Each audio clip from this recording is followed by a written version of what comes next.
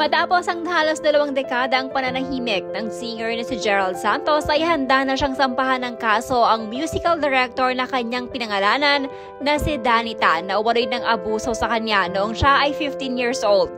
Ayon kay Gerald ay maluwag na umano ngayon ang kanyang dibdib dahil sa wakas unti-unti din niyang nakakamit ang hustisyang kanyang ninanais. Nagpaabot din ng mensahe si Gerald sa mga kagaya niyang nakakaranas o nakaranas ng sexual abuse. Ayon kay Gerald, dapat hindi umano sila matakot dahil naaalis na ngayon ang ganitong stigma sa ganitong klaseng karahasan. Attended the Senate hearing for the second time.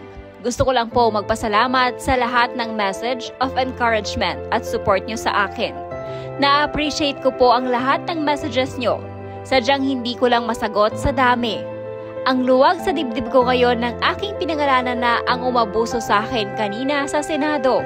Unti-unti ay nakakamit ko na ang hustisya at dadali na namin ito sa hukuman.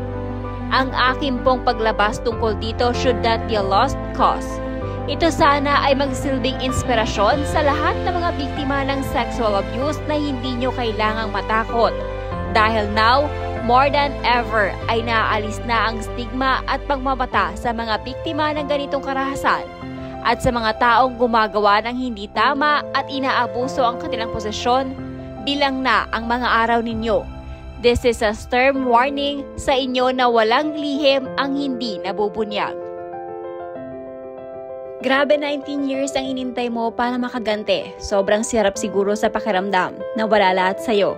Napag-initan ka pa, nagka-trauma ka pa. Mahirap talaga kalaban ng mga malakas ang kapit. Good luck, Gerald. Sana makuha mo ang iyong overdue na justice.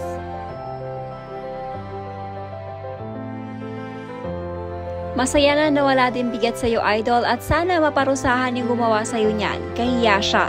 Sana patuloy itong maging inspirasyon sa lahat ng victim. May mga nanguhusga na ba ngayon lang kasi di naman nila nadanas. May natatakot at nahihiya sa dinanas nilang mga pang-abuso kaya takot magsalita. Bilib kami sa tapang mo, idol. Ituloy mo lang ang laban at ilaban ang justice sa ginawa sa'yo. God bless lagi, idol.